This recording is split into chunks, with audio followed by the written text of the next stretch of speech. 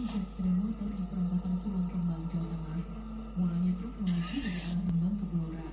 Ketika di persimpangan lampu merah di jalan menurun, truk bukan berhenti, namun malah terus melaju hingga menabrak tiga motor.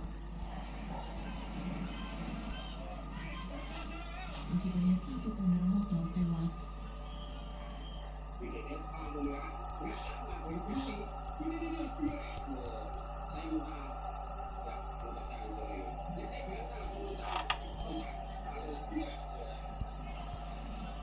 Polisi melakukan olah tempat kejadian perkara untuk mengetahui penyebab kecelakaan. Kecelakaan juga terjadi di jalur nasional Surabaya Madiun di Kecamatan Mojo Agung, Jombang, Jawa Timur. Bus melaju kencang hingga melompati marka jalan beton dan menabrak mobil box dari arah berlawanan. Mobil box lalu menabrak motor di belakangnya. Diduga sopir bus mengantuk. Ia sempat 3 kali menepikan bus di pinggir jalan.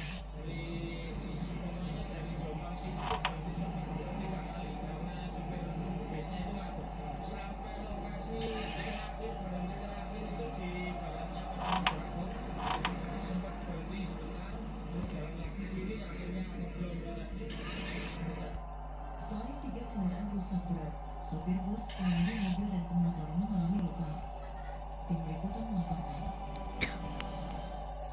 Belasan korban kebakaran kapal tanker dan tugboat di perairan Laut Utara Lamongan, Jawa Timur masih dalam pencarian. Kebakaran diduga karena korsleting listrik di ruang mesin kapal tanker. Petugas SAR gabungan dari Polairut dan Polda Jawa Timur mengevakuasi jenazah korban kebakaran di kapal tanker MT Ronggolawe dan kapal tugboat Roslin 8 yang terbakar di perairan utara Kecamatan Paciran, Lamongan, Jawa Timur. Dari kebakaran kapal tanker dan tugboat itu, total 2 orang ditemukan tewas, 17 orang selamat. 3 di antaranya dalam keadaan kritis akibat luka bakar dan masih menjalani perawatan di rumah sakit. Sementara 2 lainnya masih dalam pencarian. Diduga ledakan kapal tanker akibat mengalami korsleting listrik di bagian mesin.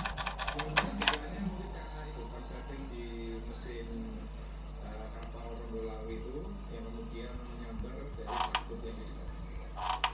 Kapal tanker yang mengangkut bahan bakar dan batu bara mengalami ledakan besar sebanyak 4 kali saat akan bersandar ke pelabuhan Kamis pagi. Api ledakan menyambar ke kapal tugboat yang sedang menarik kapal ke dermaga. Kuatnya ledakan bahkan dirasakan warga desa Kelayat, Kecamatan Kemantren yang berada di sekitar pelabuhan. Safari Wijaya melaporkan dari Lamongan, Jawa Timur. Dilaporkan hilang sejak hari Rabu. 2 bocah laki-laki ditemukan tak bernyawa di aliran Kali Cengkareng, Kembangan, Jakarta Barat. Kedua korban diduga tenggelam saat berenang di aliran kali. Petugas UPK Badan Air Lingkungan Hidup turun ke aliran Kali Cengkareng, Pasar Kebun Kembangan, Jakarta Barat mengevakuasi jasad bocah laki-laki. Sekira 1 kilometer dari lokasi penemuan jasad, petugas UPK yang tengah mengoperasikan mesin pengangkut sampah kembali mendapati 1 jasad bocah laki-laki lainnya.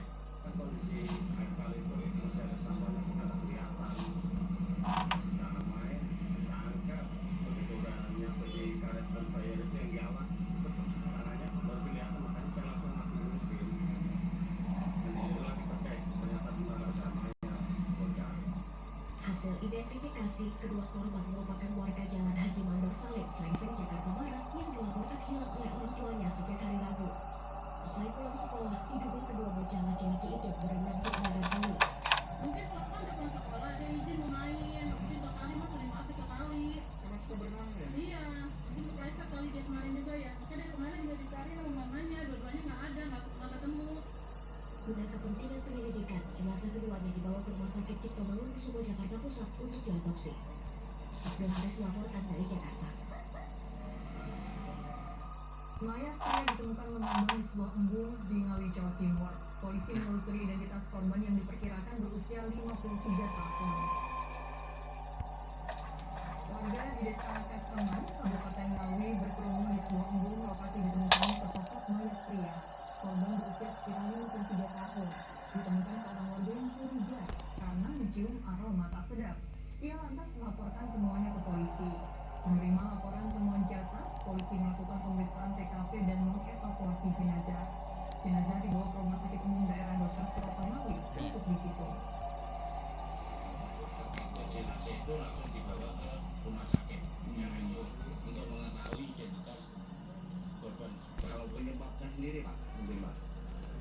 Untuk sementara korban masih dalam lidik. Udah berapa hari Pak kira-kira meninggal Pak? Kurang lebih 2 hari atau 3 hari.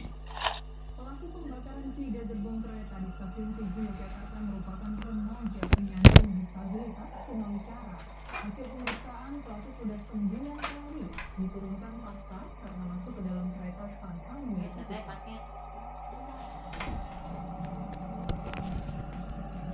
Garis polisi masih terpasang di lokasi pasca terbakarnya 3 gerbong kereta eksekutif di stasiun Tugu Kota Yogyakarta.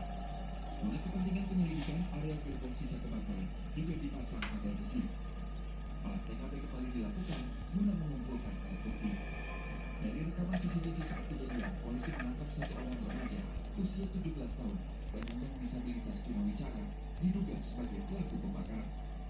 Pelaku berdalih sakit hati karena kerap kali diturunkan dari kereta karena tidak memiliki tiket. Hasil pemeriksaan yang didampingi oleh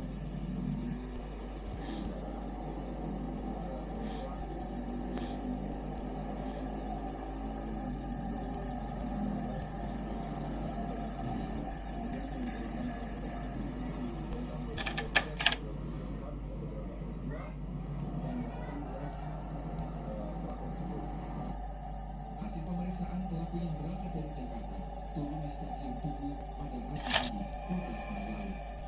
Bukannya keluar stasiun, remaja laki-laki itu justru menyelinap masuk ke gerbong kereta yang sedang terparkir.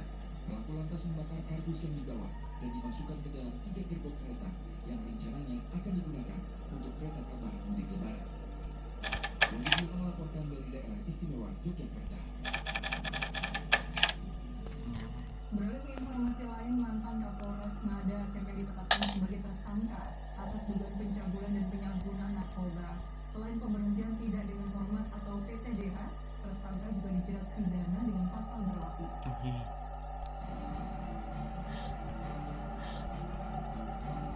Sederet pelanggaran berat membawa mantan Kapolres Ngada NTT pada status hukum yang kini disandang sebagai tersangka. Ya, sungguh keji berbagai tindak pidana memalukan yang nekat dilakukan eks-polisi berpangkat AKBP tersebut. Pangkat 2 bunga melati emas di bahunya kini ternoda oleh kasus pencabulan dan penyalahgunaan narkoba.